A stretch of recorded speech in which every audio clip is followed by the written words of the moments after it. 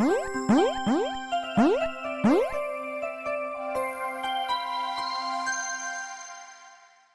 everybody. Thanks a lot for coming to the session. Obviously, Facebook and social games and brands are a super big issue. So we're going to talk about that, and we're going to jump into it super quickly. I'm Mike VORHAUS. I'm the president of Maggot Advisors, which is a research and consulting company that works in a variety of media, from cable TV to traditional media, but I run the internet and gaming group.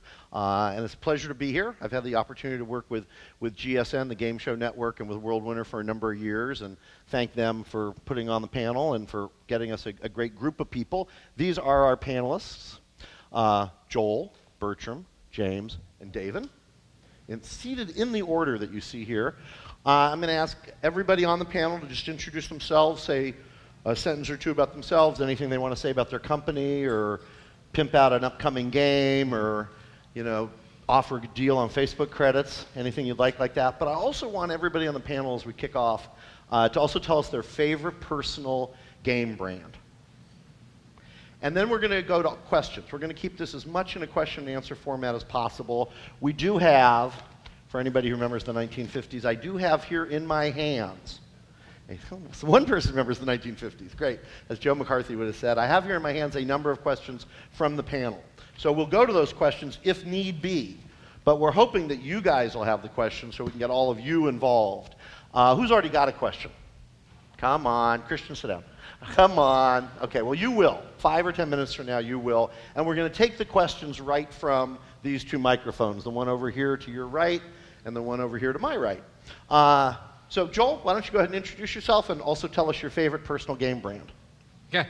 So, my name is Joel BRODIE. I am the president and founder of GameZebo.com, leading editorial and discovery site for casual games across all devices, PC, Mac, iPhone, iPad, Android, everything. And we've been covering Facebook for the past 2 years, making us veterans in that space. In terms of favorite game brand, do you mean game that exists now or that's not out there yet? Or as I said to one of you, if you say strip poker, I'll buy you a drink later. But I'll tell you mine. Mine's Risk. Okay. I'll throw something out there. Truth or Dare. Because everyone's played it drunk, and if you could replicate socialness and drunkenness together on Facebook, that would probably make a lot of money. And virtual beer, there's no hangover. I mean, it's a perfect virtual item if we didn't have those pesky age laws. Yes. Bertram? Yeah. Hi, I'm Bert Chan. I head up strategic partner marketing for Playfish, which was independent and is now EA's social gaming division. And what I do is I work with the sponsors, our partners, and brands of all different kinds, shapes and sizes to integrate into our games. In terms of my favorite game brand, when I was 13, I would have said Space Quest, and then as I got older and got an Xbox, that transitioned into Mass Effect. So kind of a dotted line from one to the other. Mass Effect 3 is going to be awesome. Yeah, it's going to be sweet. James? Hi, I'm James Jones, head of product development at Hasbro in our digital media and gaming division, and head up all of our license development and partner development for all of our brands. Favorite game brand is kind of a tough one. We have, just at Hasbro alone, we have a couple of hundred game brands ourselves. But funny enough, I'd have to say if it goes all the way back, Risk would be my favorite as well. Interesting. Very good. Who's seen Transformers 3? Oh, it's a seriously great movie. When Michael Bay says it's the best ever, you can take that to the bank. I expect you all to have seen Transformers by next Monday. David? Hi, I'm David MIYOSHI. I run social games for GSN. I've been developing games on the Facebook platform for I guess 4 years now, and over that span of time, we've touched over 40 million users on the platform. Currently, run the games application, which is the 9th largest application by DAU. It's the largest casual game portal, casual and social game portal, I should say. And we also manage Wheel of Fortune and Jeopardy on the platform. And just to keep my job, I would say that my favorite brand is Wheel of Fortune. but many others I also enjoy. David started a company called Mesmo that World Winner and GSN had the wisdom to identify a few years ago and acquire at an early stage, and you guys have done a great job teaming up with GSN and World Winner. Okay, we're going to jump into now. Now, do we have questions in the audience? Any questions about the bios? Oh, come on. Who's got a favorite brand?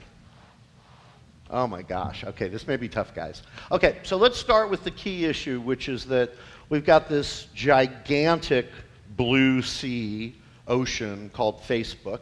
We've got hundreds of millions of people playing games every month on Facebook. We have thousands of games, I guess, on Facebook. The whole topic of the panel, how important are brands today, and how important will they be, you pick your future, 1 year, 2 year, 3 years into the future? We'll go ahead and start down at that end with David. Yeah, so I'd say that brands today haven't made that much of a presence. So you looking at the top 100 games on Facebook today, you've got 8 of those games in the top 100 are classic brands. I mean, some people would argue that there are brands being built, especially games like Cityville that touch over 100 million plus users. At what point does that become a brand? But if you look at the traditional branded games out there, there's just very little presence today, and I think that it's been a really mixed bag. And one of the reasons I think that's happened is that the social distribution and viral distribution has been the key way by which you're acquiring users in years past. I think as that slows down and as user acquisition increasingly is reliant upon purchasing ads, the need to lower the cost of acquisition is going to become incredibly important, and brands are a tremendous way to do that. I think that on the flip side, the challenge with brands is that there's often limitations put in place, and Facebook is a new platform where you really need to work and mold the brand to fit the platform and really engage users at a really high level and create a fun game. Just putting a brand out there is really not going to make you successful. All right. How important are brands now? Oh, we already got, yay, thank you. We're going to come back to how important are brands, but we're going to take this because he raised his hand, which is wonderful. If you don't mind grabbing this microphone, they'll ask you to sign a release for the reality show that we're filming today. Sure. So the deconstruction of the game to fit Facebook is what you're alluding to here. Have you found that brands are becoming more acceptable of this practice? Because we've had some experience and they don't really want to shift. This is our IP. You can't change it. We've argued with them. It won't work. Facebook's totally different. Tell us about your experience. Yes, I think that brands will become increasingly flexible because if you look at the number of attempts that have already been made, there's very little success that's been had today.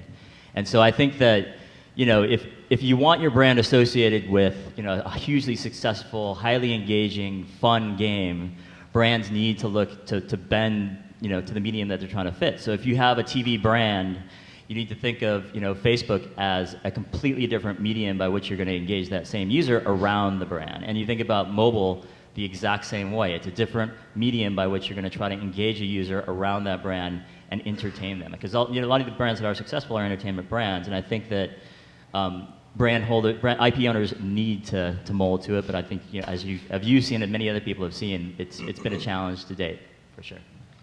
James, you want to take a whack at the overall question of how important are brands? Absolutely. I think brands are tremendously valuable when you get into a crowded space like Facebook, even on the mobile platforms. You kind of touched on a little bit with that cost of acquisition. That's what the brand helps you with. I think the biggest challenge, though, is actually delivering a good game, right? It has to be a fun game. If it's not a fun game, the brand's not going to save you. The brand's going to bring the customers there, and if you have a good product, then you can keep them. And I think new brands will come into existence via Facebook and the social platforms just because they're good games, right? I think Zynga's hit on some things with some of their products, and they built brands. Farmville's a brand now. Cityville's a brand now. And it's not Monopoly, it's not Scrabble, but it's almost just as well known. So I think you have to have both pieces. Brand's going to help you, but you have to deliver a good product. And are they going to be even more important down Absolutely. the road? I mean, if you can deliver a good game, I think you have a huge unfair advantage if you have a brand. So People you're just know seeing a more crowded environment 2 years from now. Yeah. Hard to believe, Brands isn't become- everybody already making right. social games? Yeah. I mean, I completely agree with James. I think that brands are important, particularly as the market matures and you can actually see people take a much more structured approach to marketing and acquiring users for the games. It doesn't preclude putting out a good game, but it really does help. And it also helps on another aspect in the sense that a brand brings with it qualities about that brand, certain filters about what content is appropriate and inappropriate, and that's also going to be important for other types of brands, sponsors, et cetera, that you try to bring into a game that has a brand associated with it, because you can say, yes, for something like, something like The Sims Social, right? It's not like Second Life. You're not going to actually have a lot of the concerns you are going to have in terms of filtering out content when you bring in something that has an established franchise and established brand attributes to it. Joel? I mean, brands are obviously important, and the question is, like, how important is it? I mean, if I'm a game developer and I'm going to be, creating a game, like, what's going to grab someone's attention in the crowd space? A game called Joelville or The Bachelorette? I mean, The Bachelorette. Everyone knows what it is, So brands will help you get that first look, but in terms of like whether someone's actually going to click go, that they're going to actually click to play the app. They're going to play it once. They're going to play it twice. They're going to share with friends. That's all about how fun the game is. Brands will just open the door just a little bit. And at the end of the day, that little bit opening the door is like the biggest challenge for a social game company, whether it's mobile social or on Facebook.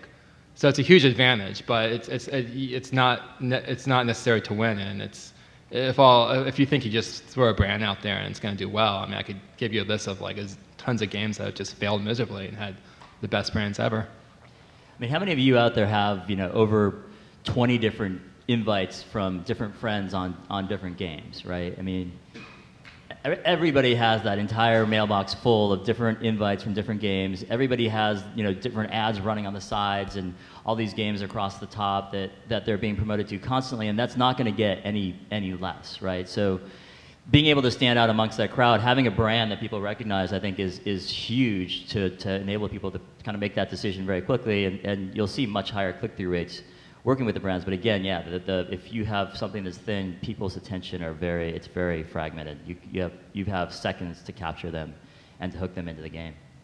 For Bert and James in particular, though, I'd love to have you all comment on what's the one or two brands not out yet on Facebook that you're dying to roll out from the EA brands? And I'd ask you the same question about Hasbro. What are you just dying to put out on Facebook from the Hasbro brands, from the EA brands? Well, so I can kind of go back to my pick for my favorite gaming brand and talk about, we have done some great stuff through A2D for Dragon Age Legends, and I think that a lot of the role-playing genre is something that's really ripe for development. To be nebulous. I think we have two in particular, Transformers, Magic the Gathering. I think they're both interesting brands for the sake that they target a little bit more of a hardcore audience, which we're very interested to see how that monetizes in the social space like that. So I think those are two big ones. And if you had to pick a brand for the dominant older female on Facebook from Hasbro, so I'm going to assume Transformers is a pretty male young brand. Right. Well, we just launched Monopoly earlier this year. We have some other brands that are out there. I think Scrabble would be an interesting one for us to take another take on. Scrabble does really, really well on every platform we put it on. When we released Scrabble, it was in an immediate response to a situation that was out there in the public that most people know about. And we didn't really build it as a social game. And I think now there's an opportunity for us to do something there. Actually, that's a really good point, because as we kind of go through the iteration of different social gameplay dynamics, and as we expand on those, the iterations of the brands and the iterations of the games that you're used to playing are going to change as well. How much are the clearance rights an issue? I mean, it must vary brand to brand. Like if you do something with Madden, does it go all the way to John Madden to approve? Well, no, it definitely goes to the league, and the league have their specific requirements in terms of how the brand can be portrayed. So, but generally speaking, as there's an understanding about the context of Facebook as a platform and also social gaming as a way of playing games, so they're very understanding about working with those types of. It somewhat defeats the iterative process of a game on Facebook, doesn't it? If you got to go to J.K. Rowling every time you put a new sword in Harry's hand. Well, I think that if you lay the guidelines out, actually, it really is more about guidelines rather than strict rules and regulations. You had a question, sir? What's the most valuable thing from the consumer angle that they're trying to get out of brand integration in games? Now, do you mean brand integration as in brand marketing, or are you talking about the name of the game? It can go, run the full spectrum. Just if a consumer goes to a game that's either full licensed IP or just has virtual goods in the game from a brand, what are they trying to get from that engagement with the brand? I think that Bertram hit on one thing earlier, which was that consumers have a familiarity or an expectation of an experience they've had previously with that brand. So the case of like Monopoly and Scrabble, you've had an experience prior to that was certainly probably a positive one, and that's why you're clicking through again. So having enough of the brand there to give that person that experience that they were hoping for, but also giving one that is relevant, appropriate, and fun for that particular environment, I think is probably the key expectation of users. It's definitely one of the challenges we have when we take our brands into new platforms is people do have a set expectation of what Monopoly is, and we try to do derivatives off of our brands in a lot of different ways, and we've tried it over the years, and a lot of times it kind of backfires on us. People don't want to stray too far from what they know is that core game, and that's what they expect. Even if we make a fun, compelling experience, if it differs too far from the essence of the brand, then I think it actually turns people away. I mean, I think that's completely true. I mean, it's kind of like adapting a comic book into a movie, right? You always have those expectations about what you're looking for, or a fantasy series, etc.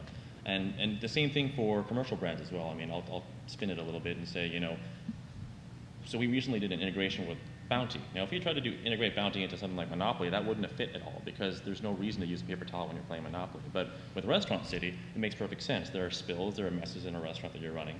And that's an integration that the players are actually very happy to participate in because it's consistent with the brand of the game as well as the brand of Bounty as being the quicker picker-upper.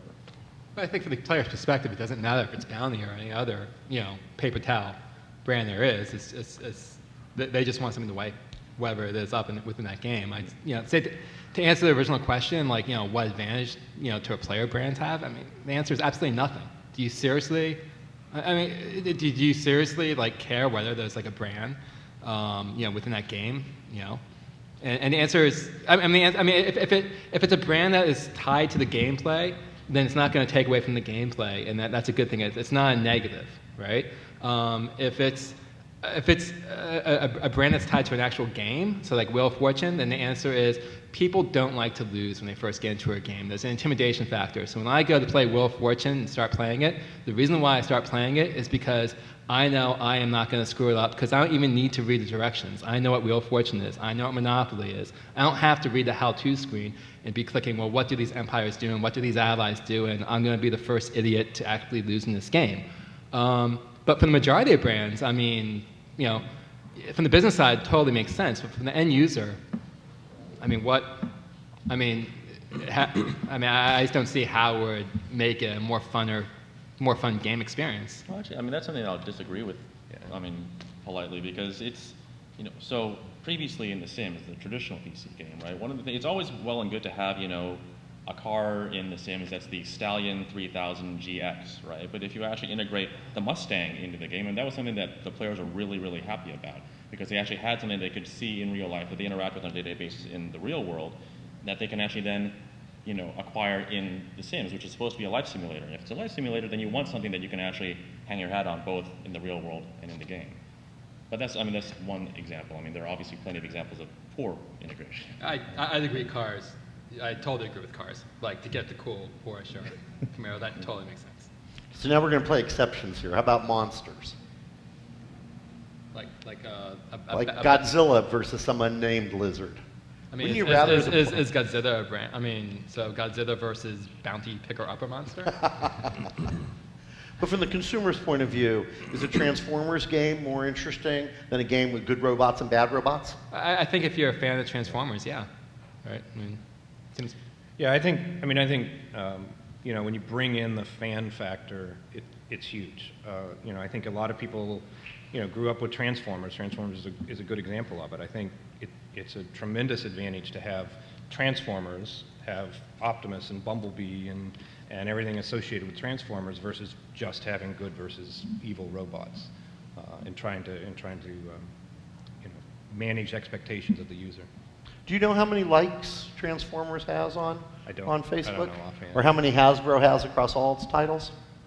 I don't actually know. I was recently told by Warner Brothers that there are 200 million likes across what I'm going to guess are hundreds of fan pages on Facebook. 200 million. And it costs $0 to market to those 200 million. And we're going to talk about brands and marketing. Any other questions here? This is a very quiet audience. You guys, you're in Seattle. You didn't have your coffee? It's a caffeine-required city. So let's take a minute and talk about the flip side. Let's talk about the marketing power of brands. I have not seen, to the best of my knowledge, anybody take a brand and do any marketing outside Facebook. I haven't seen any of these studios hit all their email lists or do anything like that. I'm not even sure that PopCap's done anything outside of Facebook for Bejeweled. Is there a role, is there a power from a marketing point of view from brands? So I think that one of the reasons why you don't see that is it's not incredibly effective to market off of Facebook and try to bring people onto the platform. You lose. The conversion rates are incredibly low, relatively speaking. It's pretty surprising given that there's so many people out there across the web that are logged into Facebook already, but for some reason, advertising and email campaigns and other activities off of Facebook driving people onto Facebook, there seems to be a tremendous drop-off. And I think that may be a reason why you see like that taking place versus the advertising that takes place on Facebook. Is there any exceptions to that? Anybody know of any outside marketing that's really been done to push a Facebook social game? Well, I mean, if you drive up and down the 101 corridor into San Francisco all the time, I mean, Zynga's got tons of billboards up for, Empires and Allies, Farmville. I mean, they have up for one consistent. Well, Mark's just trying to hire. Well, and also, so that being said, I should also say that on a relative basis, it's less effective. But we have done, campaigns across, being GSN and also, fortunately, being a TV network in 80 million households across the U.S., we've had the opportunity to cross-promote games like Wheel of Fortune. So, on-air cross-promotions, leveraging fan bases that the brands themselves have gathered. I'd say that they're a lot less effective, but it still is an avenue to drive engagement around games on Facebook. Well, GSN's probably got some of the largest penetration on Facebook relative to, a Spike or even an MTV, that middle-aged female group. Yep, there's tremendous crossover with the social gaming, average social gamer on Facebook. Yeah, but it really is that disconnect between what traditional marketers would call awareness versus actually what drives to the business model of a social game, which is installs and ARPU. That is that bridge that needs to be or gap that needs to be bridged. Now, PR does seem to work, though. Like Zynga got 500,000 day one on Allies and Empire. They bought no ads. They ran no virality on their bars. They did no in-app. It was all newspaper coverage. Also, I think PR can be misleading. I mean, you can get great awareness, but when you actually look back and then look at the numbers it drives, perhaps not. I mean, it really depends on the campaign and how it's executed and what outlets you're working with it, I suppose. As one who owns a kind of media site, I wish I could say that the reason why Empires and Allies did so well in the first couple days was because of PR and media. But the truth of the matter is Zynga was doing so many things internally in terms of cross-promotion, in terms of all the cool little dials they go up and down that, again, I wish I could take full credit for that, but the truth of the matter is it was all Zynga and internal. Well, it's kind of interesting, when they say those statements around that, it's like, why would you ever turn off your viral channels and actually do PR at the same time, right? Like, so in reality, their viral channels are there. In reality, they're pushing aggressively across all channels. And, PR, I think, is effective for many things, but for driving large volumes of users on an ongoing basis that are actually going to engage with your game and pay you money, I wouldn't say that's going to be your strongest outlet. And if any company that relies on that strictly is not going to be successful. So, you definitely need to be working the viral channels. You need to be buying users. You need to be working with your brand and IP owners to tap into their fan bases in effective and creative and unique ways. And PR is really big and important, but the fact of the matter is when that game Empires and Allies came out, like at 7 o'clock in the evening, I got an email, a PR email saying, hey, this game's out. At 8 o'clock, I got 2 or 3 emails from Zynga just because I was a Farmville player, just because I was a Frontierville player, a Cityville player that says, oh, did we mention Empires and Allies? So it would definitely seem it was very coordinated. And that's usually the way most highly reputable social game companies do it. They had the billboards on the lawns beforehand. Yeah, I mean, all those billboards on the 101 is what totally raised the bar. Oh, the billboards in the game, too. Within the game, yes, okay. Yeah. It's an interesting time because at 5 p.m., I won't say, this senior executive at at Zynga said, we have not done anything. That was at 5 p.m. that day. And you're saying you get your emails at I just made that 7. number. That You didn't open but your the point is, yeah. So I think you've brought us right to a phrase that I guess has become cliche already. Hard to believe we've already got cliches in the social gaming world, which is the network effect, right? Everybody roughly knows what we're referring to. Anybody want to be honest and say they're not really sure what the network effect is? Okay, so we've got advanced audience, one person. So David, why don't you take a second on network effect for the audience in terms of explanation, and then let's talk about this. Network effect versus brand. And if not brand, what does beat network effect? I'm about to look at my iPad here and search from Wikipedia to get a definition. So what I would describe network effect is really the critical mass of people that kind of come onto your game, and the ability to leverage that effect to effectively, one, continue to grow the user base. Number two, to block out other potential competitors based on the network of people that you've accumulated and have attached to your game. I don't know if anyone else wants to add to that or completely disagree with me. I just typically think of the network as just as word of mouth. I think that same effect drives to the heart of what we were talking about earlier, right? It's that what does the brand bring and what does the quality of the content bring? If I think about network effect and the kind of viral videos, my girlfriend sent to me that chimpanzee with an AK-47 video that's been going around the last couple of days, and she sent it to me, oh, check this out, it's really, really funny. As soon as I saw it, I was like, that's a plant for the new Planet of the Apes movie. It doesn't look like a viral video. It's not like, my grandfather swearing, watching soccer kind of thing. And I think it speaks to the sophistication of the audience and also the sophistication of what marketers are trying to do that try to play off the network effect, but it's still really about the quality of the content, whether people think it's engaging and interesting to pass along. Well, I guess, and one more thing I would add to it is the ability to kind of leverage kind of an existing user base or customer base to launch new games. And I think that might be an additional piece of what you're referring to, is that once you've established, a large user base, the ability to launch new games. For us, for example, whenever we launch a new game, it can instantly go out to 2 million daily users. So it's it's quite an advantage that you have over other companies that are starting from square one. I think there's new tools available to manage the network effect. Network effect's been around forever. We've used it for our brands, since they came into existence. People know Monopoly, they know Scrabble, they know these things, and they're familiar with these things. And you can mention it, people know exactly what it is, and they tell their friends, and they pass it along. But now with the web, with the social networks that are in place, that network effect is instantaneous, right? That's what Facebook gives you. It gives you a way to immediately touch millions and millions of people. And I think we all look at it, and the one thing that Zynga's done amazingly well is create tools and systems and pieces that allow them to manage that network. So when they put a new product out, there's hundreds of millions of people that know about it immediately because they've built those tools, they've built that network. So as everybody, I assume, in this room knows, Facebook dialed down the notifications, what we would call the virality tools that Facebook made available to all these types of publishers. They've been dialed down quite a bit. So now Zynga still has, and you have, all of you have in your games, you still have your in-app virality, right? But you've got 10, 15 million MAUs, 2 million DAUs. They've got 250 million MAUs. I don't know what the hell is it. 50 million? I don't know what the DAUs. It's 140 unique, so. 140 uniques. Yeah, that's the point I tried to make to people about accounts, but the 250 is accounts. So is Facebook likely to hinder the in-app virality that you have available and you guys have available? Or is the in-app virality likely to be a no man's zone for Facebook regulation? So, I think one of the greatest things about Facebook credits is that it's really, this is going to be one of those points I see people already making faces like, what are you talking about? The greatest thing about Facebook credits.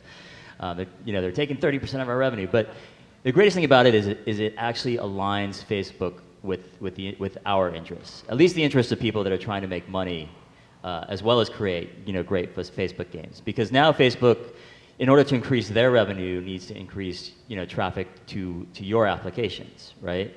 Of course, there's a balance between also them wanting you potentially to purchase advertising, but at the same time, there is an alignment. I think that their incentive is to ensure that high quality, engaging games that also make tremendous amounts of money do incredibly well on the platform. And I think that they're going hand over fist to ensure that happens. So I really am a huge fan of Facebook credits, and it also creates a tremendous amount of liquidity where users no longer have to put your credit card into your site and your game for the first time. So Zynga is doing all of us a tremendous benefit by getting people to actually put credit cards into Facebook. And because of that person putting a credit card into Facebook, from Cityville, my initial purchase from that same user is going to be much easier to attain than it was before. So I think those things are things that I think get overlooked when you think about the amount of money that Facebook is taking. But I think to me it's a huge benefit. Yeah, I mean, I agree. It's exactly the same. It's about reducing the frictions in the user experience, right? And the same thing with notifications. I mean, any currency, if you look at anything, talking about that friction of trying to get someone from reading an article onto the platform, even within the platform, I think all of us would recognize that at a certain point, the virals are getting to be too much. I mean, you have so many different game announcements, and even now, within the network, it's about not necessarily promoting less, but really streamlining it so that you kind of sort out the noise so that you get the message you're trying to receive. And I think that both in terms of the currency, I mean, the currency where there's value traps where you had all these different currencies for all these different game companies, and now with FIFA credits, yes, they take a larger cut, but it's all uniform now, and like Davin was saying, now there's a higher chance that me as a player, I'll go and spend on multiple, games from multiple publishers rather than just one pool of currency I have with Zynga, one pool of currency I have with PlayFish, etc. Same thing with notifications. So Facebook's getting 30%. Let's say you weren't owned by GSN, or let's say you were an outside developer and publisher going to Hasbro. How much would you have to give them for the brands? What would a deal look like if you didn't already own a Hasbro brand or a GSN brand or a Sony brand? I mean, it's pretty typical licensing deals, in our case. I mean, it's pretty standard with what we would do on any other platform. So, I mean, it's a percentage of revenue and usually tied with some kind of a guarantee. And, that's the way we do almost all of our licensing. And Facebook's no different. I mean, to us, Facebook's just another platform for us to put our brands on. It's another revenue stream, and we kind of treat it that way. Is that close to 30%? I'm not going to tell the actual numbers. I would encourage brand owners to, really not be focused so much on. I mean, there's so much focus on, the highest MG I can get, the highest revenue share I can get, and these games, when they're hugely successful, I think that you're working with a high quality developer that has been successful on the platform that can really get you access to a large user base very quickly. It's one thing. It's incredibly difficult to start out at ground zero. I think, as many of you all know. I mean, I was there beating my head against the wall for 3.5 years before things finally took off. Right. So I would say that working with looking at, if you're overly focused on the minimum guarantee, that's probably all you're going to get. Right. And I think there's so much more opportunity to blow it out and really do that much more if you really focus on working with the highest quality developers that you can work with. I guess the question becomes, if you want, if you're a developer and you want to work with someone who owns a brand, you've got to get 30% off to Facebook and then X% off to the brand.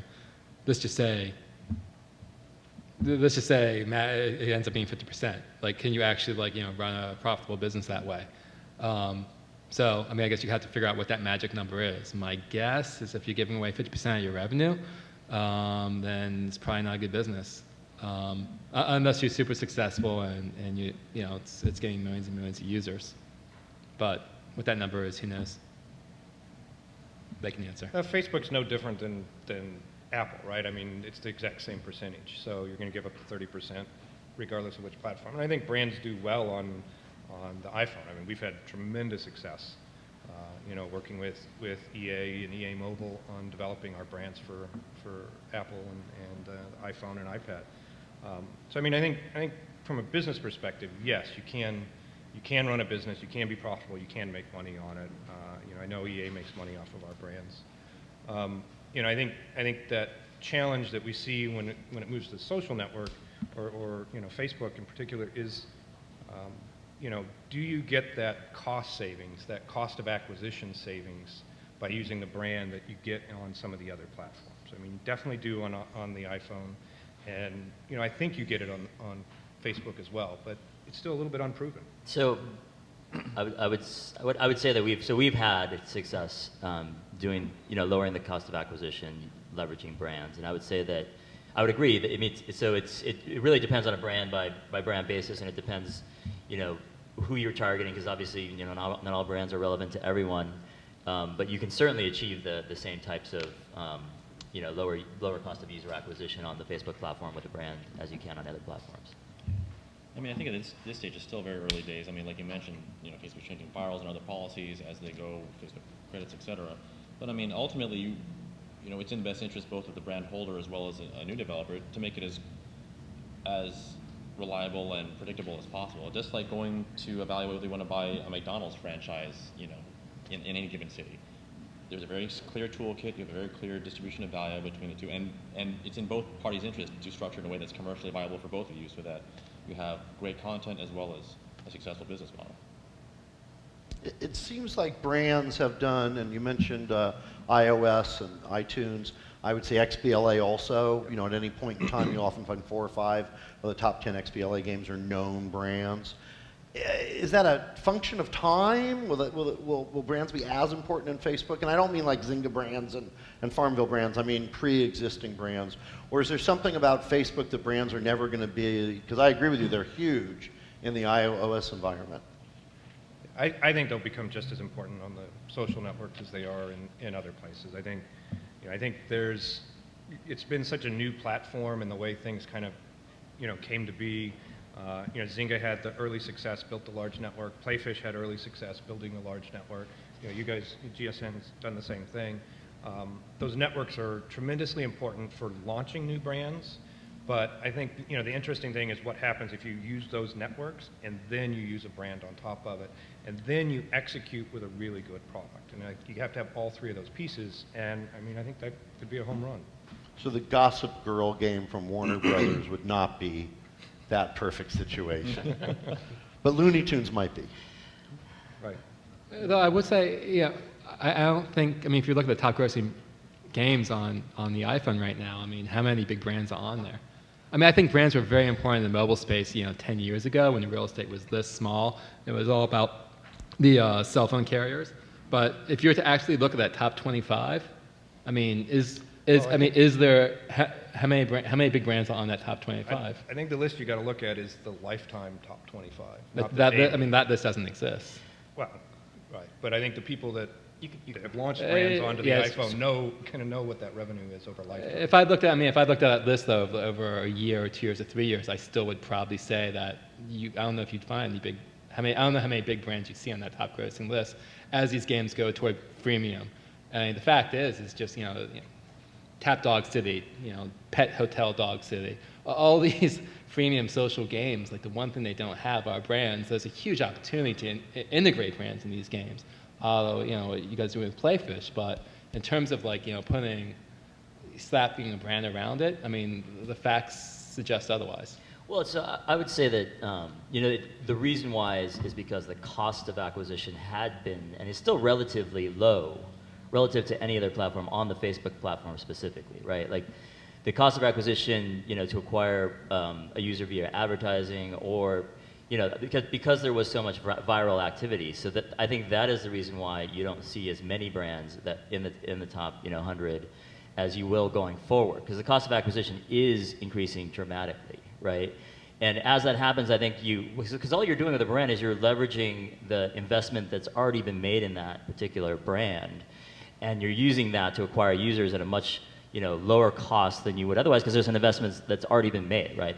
There's a tremendous investment in many cases with many of these brands, and so and if you think about like in the the console space, many of the brands were built off of one initial successful game. Like if you think about Call of Duty, for example, and then the subsequent titles that come out, are then leveraging the initial brand investment that was made and established with the initial game. So I think that the interesting thing with games in the social space is that you don't necessarily need a sequel, and many games are built so that you can continually add content to them and continually evolve the game around. So in reality, you've made an investment initially to attract users, and then you're continuing to leverage that investment by bringing in new virtual goods, new virtual items, new game mechanics that you then can monetize that same user base with over and over, and continue to bring in new users. If you have 10 million users, you can bring in a tremendous number of new users on a given day because you're leveraging your existing user base. Joel, I don't want to give you a hard time or anything, but I'm just thinking about what you were saying. And it just seems like there's so many examples of 4 versions of Coke and 25 different versions of Tide. And it seems like in the consumer space, this Xville, Yville, Zville kind of works, like as a shelf space. You see a difference in the gaming world, a reason to believe that people are going to be burnt out? No, I mean, I guess the challenge I'm having, and the challenge I'm having is like, how do you define brand? I mean, if we're defining brand, there's so many ways to define brand. So if we're defining brands in terms of the Ville games, then I totally agree. You've got Farmville, but it was very smart for Zynga to then come out with Petville and Fishville, and they were able to create a brand around that Ville. Same thing with iOS, Bakery Story, City Story. There's a reason why you're always adding that suffix to that game, and the companies who are doing that are being successful, and the ones who aren't are not. But in terms of if we're talking about taking brands on TV, TV shows and the like, or even board games, if we're taking those and we're then look at the numbers around that, you'll just see that in terms of the long term, they're not necessarily top grossing. I think brands are important. And the network effect is very important too. And the question is, I guess, what's more important, brands or the network effect? And the answer is, it's probably a combination of both. Because if Zynga and Farmville, if all they did was just create a game and just say it's Petville, then there would be value in that brand of Ville. But the fact that they just went crazy on the network effect, that's what it's all a circle that just kind of feeds upon each other. And sometimes you hit it right, and sometimes you don't. Yeah, it really is that mix, right? And fun and engaging games is probably one of the most important parts of it all. How are we doing out here? Very good. Thank you, sir. Actually, I have a question on that exact topic. The social game industry is very analytics driven. I'm very curious if any of you have internal numbers and whether or not you can share them on what the impact is on metrics such as the CPA or the K factor of having a brand. Do you internally say it's half as expensive to get a user, or is it 10 times easier? I'd love to hear any numbers. So I'm going to be honest, I don't know what a K factor is. That makes me an idiot. The social industry descriptor of how hard it is for particular user's experience to become viral. So a K factor above 1 indicates that the person will likely lead other people into the game. Much below 1 means that they're kind of going to be a dead end. It's a variable you put in a spreadsheet in order to convince VCs to invest millions of dollars in you. Yeah. So I mean, it is exactly what you're saying. It's if it's above 1, it means that every new user that you add, that you're adding more than 1 new user, and it multiplies. So 1 times 1.5 times new users. But to answer that question, So I'm not going to try to avoid it by saying that it really does depend on the brand specifically, and but I would say that if there is an impact, and it's on the scale of it can be anywhere from 50% increase, it can be tremendously smaller, and I think that's part of the risk that you take when you do work with a brand is how relevant is this to the people that you're trying to bring in. And the more relevant it is, the more compelling it is, and the more compelling the game is, increases that or lowers that cost of acquisition. So I don't know. Does it raise your conversion?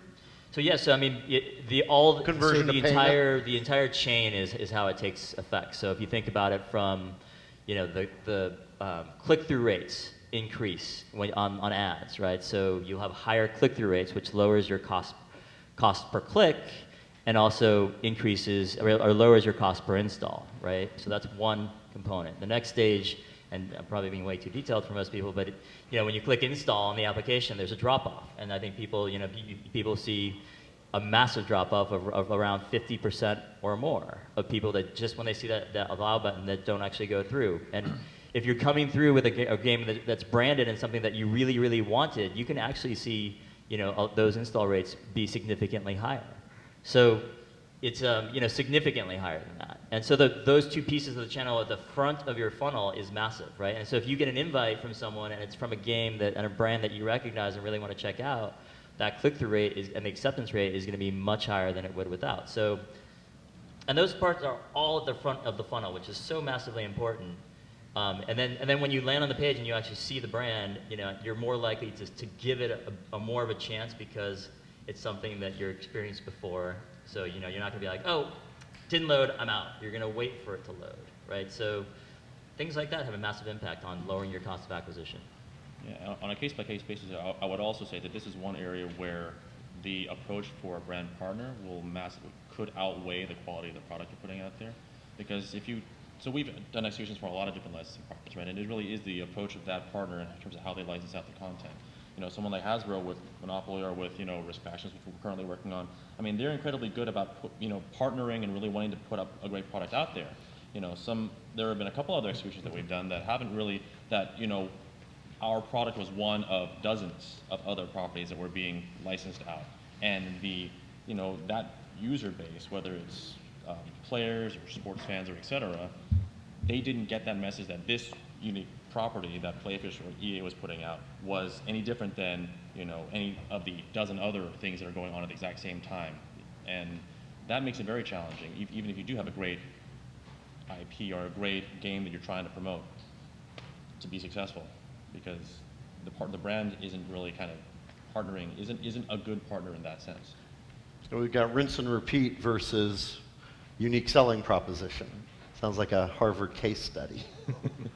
Go ahead. Hi, I work for the games practice at a PR agency, and I was wondering, when brands do engage in Facebook, with Facebook games, do you see that being driven by PR, advertising, or marketing? And do you see that trend changing as more of them kind of glom onto digital?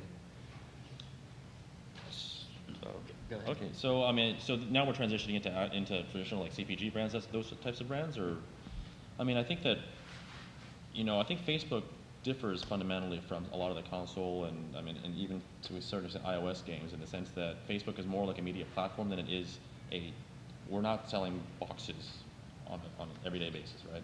And I think that agencies are beginning to realize that, and realizing that a reach on Facebook is fundamentally different than if they integrated the Mustang into Madden, for example. So I think that there is an educational process that's going on, and agencies are becoming much more intelligent about what Facebook gaming is versus what a traditional integration into like a console game would be.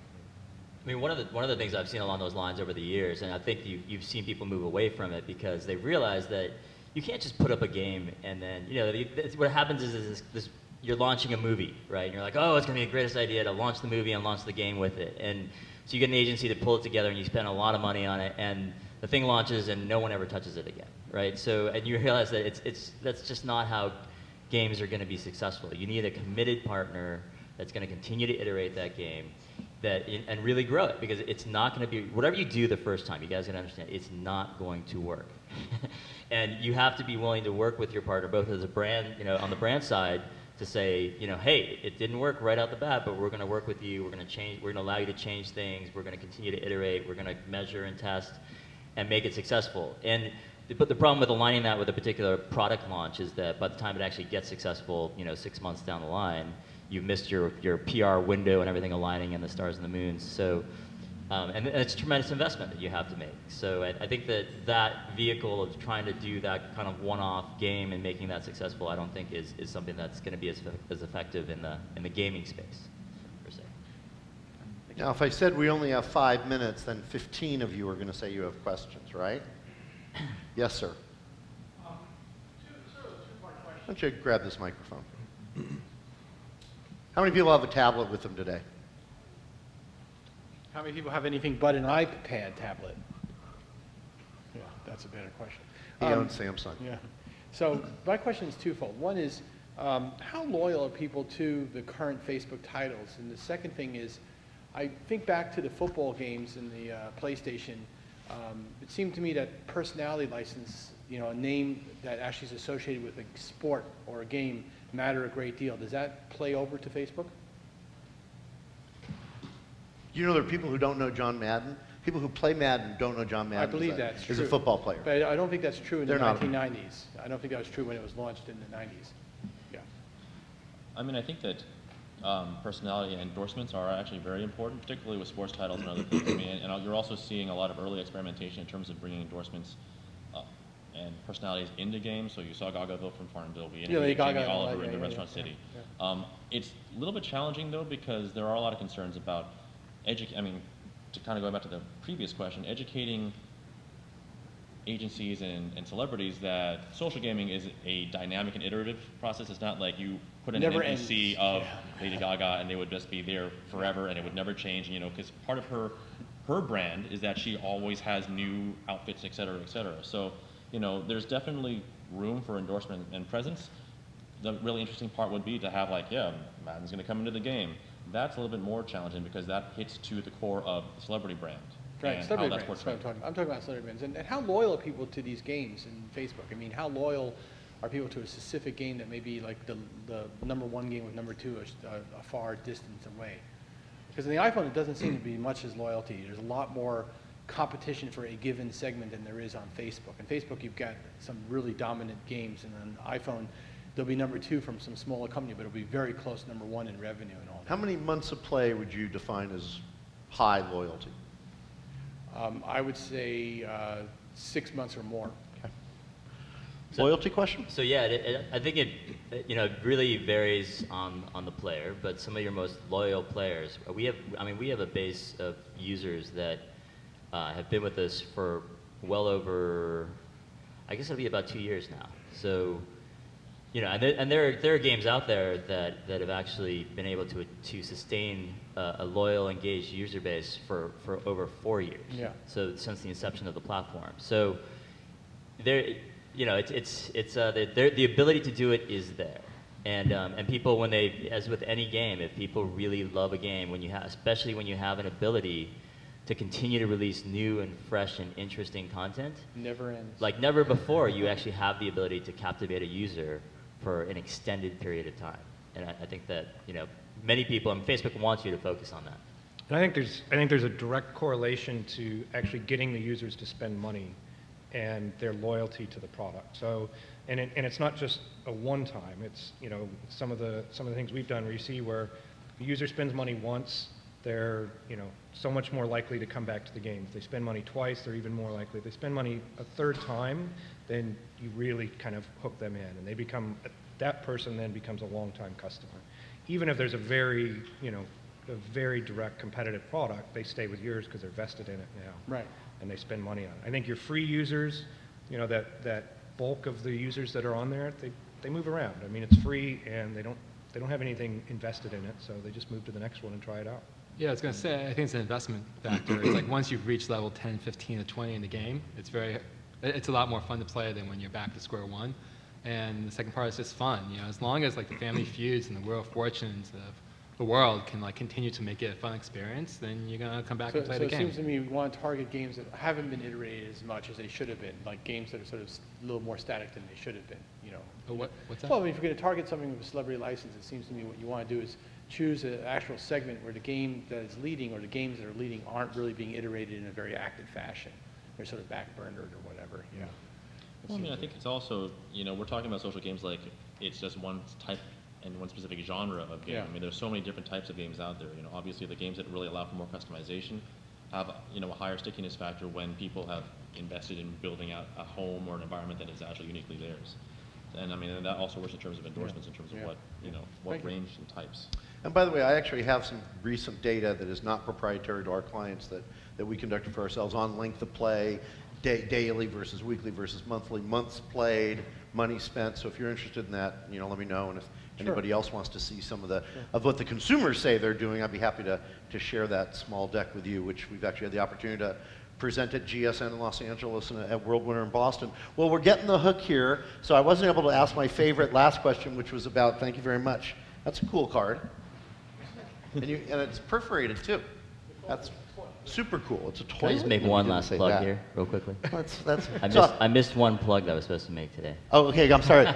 Anybody got a book coming out?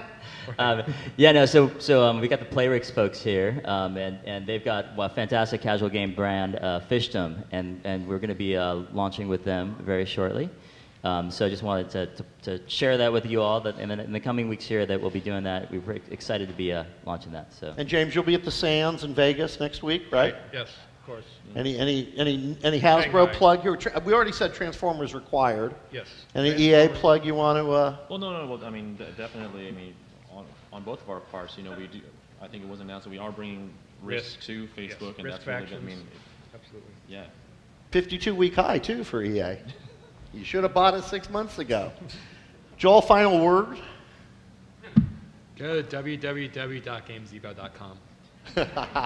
Excellent. Hey, thanks everybody. We really appreciate you coming. And GSN, thanks you for coming.